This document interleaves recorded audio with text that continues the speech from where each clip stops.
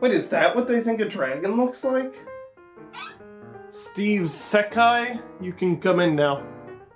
Oh, thank you. Alright, so Mr. Sekai, it says here on your sheet that you need help, is that right? Oh, sure. Well, you see, I run an anime YouTube channel. Jesus Christ, you do need help. That wasn't the issue. It's not? Oh boy, I better strap in. Anyways, well, I think it's just best if you see for yourself. Whoa, what are you doing with your pants there? Getting my phone out?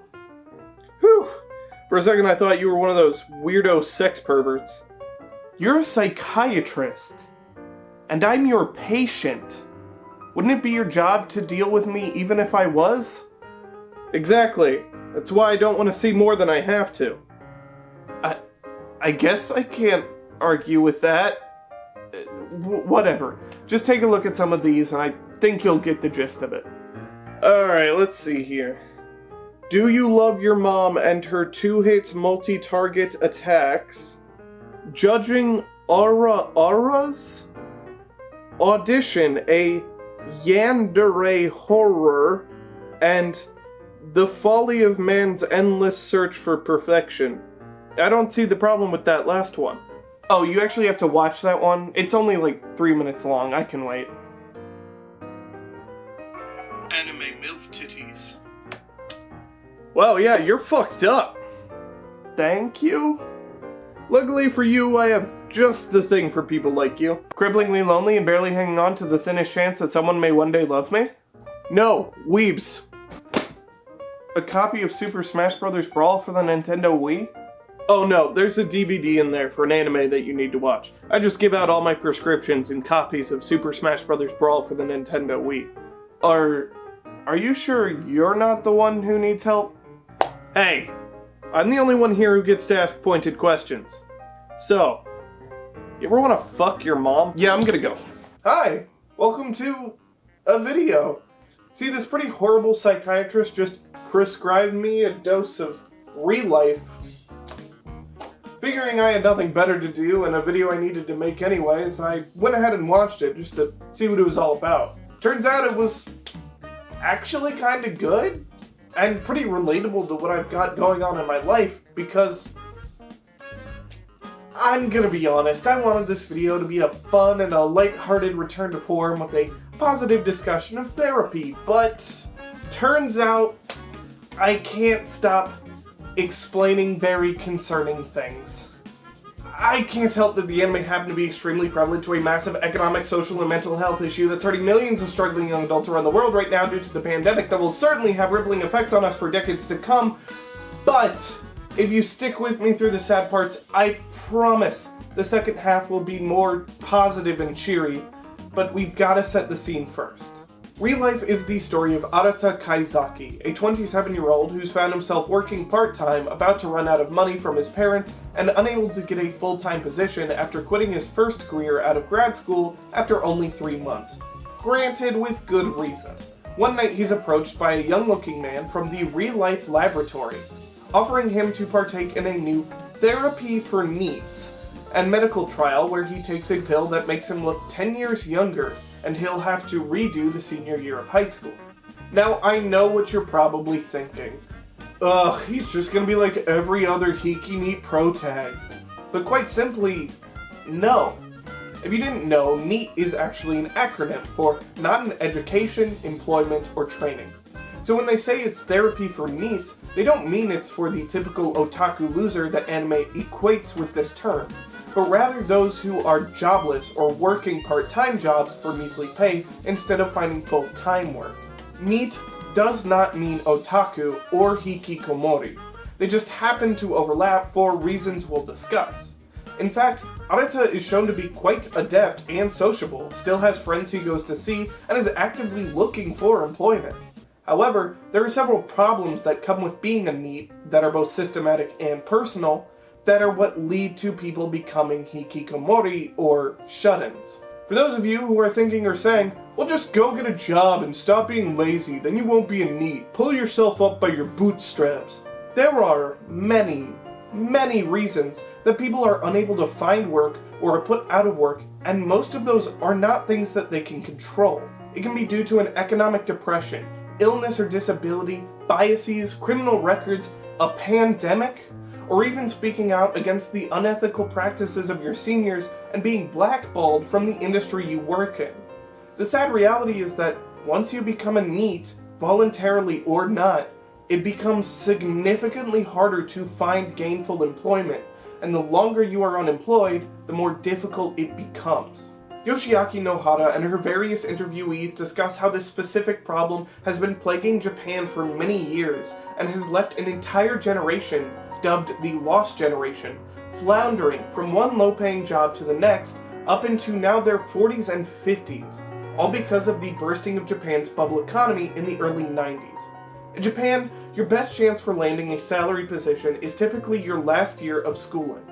If you miss out on this chance, the difficulty of finding a job skyrockets. The door only opens once, they say. When the bubble economy burst, the available positions for graduates were greatly decreased as companies attempted to save money and hold on to senior staff. This period became known as the Employment Ice Age and is what led to the Lost Generation's hardships. The scariest part is that it's happening again, all over the world, thanks to the pandemic. In Japan alone, available positions for this year's graduates are estimated to hit a measly 1.53 jobs this year compared to 1.83 in 2020. Though this problem is not simply economic, it's also social, emotional, and mental. In 2015, the Japanese census showed that 3.4 million of those in this lost generation were unmarried and lived with their parents. When you're an adult, the most likely place for you to form and grow your social life is at work.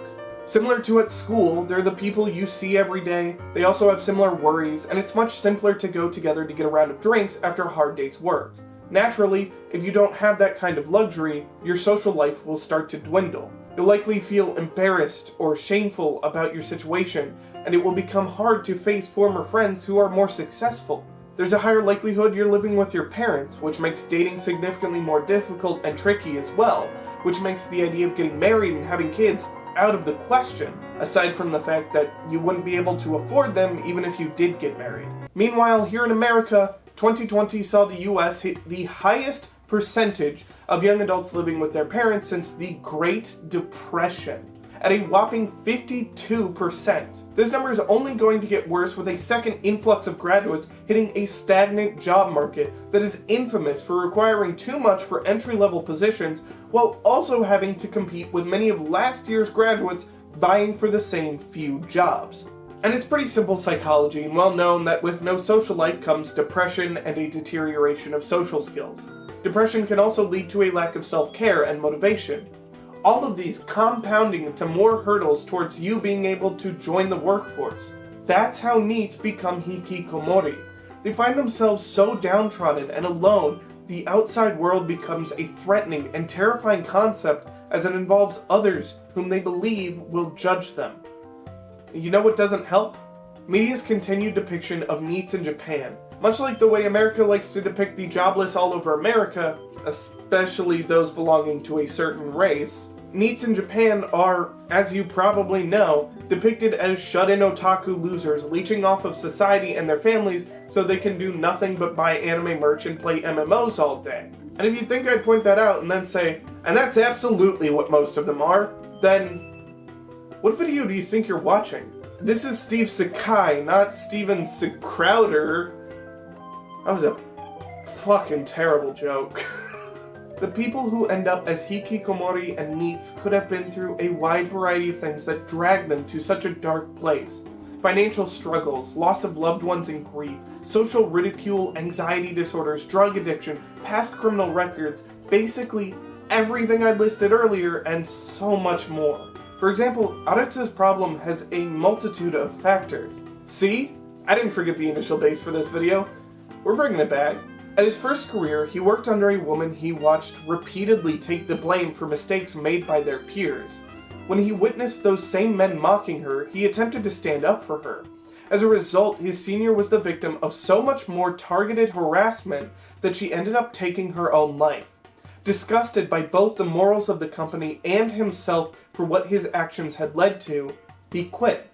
However, quitting a job after only 3 months does not make for a compelling hire for other companies, especially with his inability to fully reveal why he'd done so. The trauma for witnessing such an event is understandably immense. It leads to Arata wearing his ties loosely, grabbing at his neck when having flashbacks of her death, and even Ryo blatantly stating they feared for him following in her footsteps. He even states the effect of losing his job, losing his confidence, a fear of engaging with other people or society. You know, what we already described as the case for many people in that situation. Right after all of this is revealed, Arata actually meets 2 people hired after he left, who discuss how they've been terrified of leaving like he did. Left working a miserable job out of fear that everywhere will be the same, they continue to work themselves into a depression. Which just goes to show that maybe society shouldn't be a place where leaving a job that literally praises a dead employee for her suicide taking place at their office as a sign of how much she loved her job is the only option someone has other than a potential lifetime of menial employment, if any employment, and social isolation. But that's not the main point here. But if there is one thing that I desperately need you not to take away from this video or ReLife, it's that these people are hopeless or beyond saving. Because they're not. They're people, like you and me, who are trapped in a prison of both societies and their own design. It's just that Japan's stigma around mental health is, bad, and it's extraordinarily difficult to get help if you need it. Which is a topic for another video, and I really need to stop planning this shit for myself. But there are people helping. I told you we'd have a positive light at the end of this shit tunnel, and we finally hit it. ReLife is real. Kind of. Obviously we don't have magic pills to make people look like teenagers so they can redo their senior year, but there are several therapy programs for NEETs that have started in Japan. For example, a non-profit organization known as New Start has been helping slowly rehabilitate NEETs and Hikikomori by having individuals begin by writing the afflicted letters before slowly progressing to texting, phone calls, through-the-door conversations, and inevitably leading to getting the Hikikomori out of their homes and into a dormitory where they'll learn to reintegrate into society and apply for jobs again.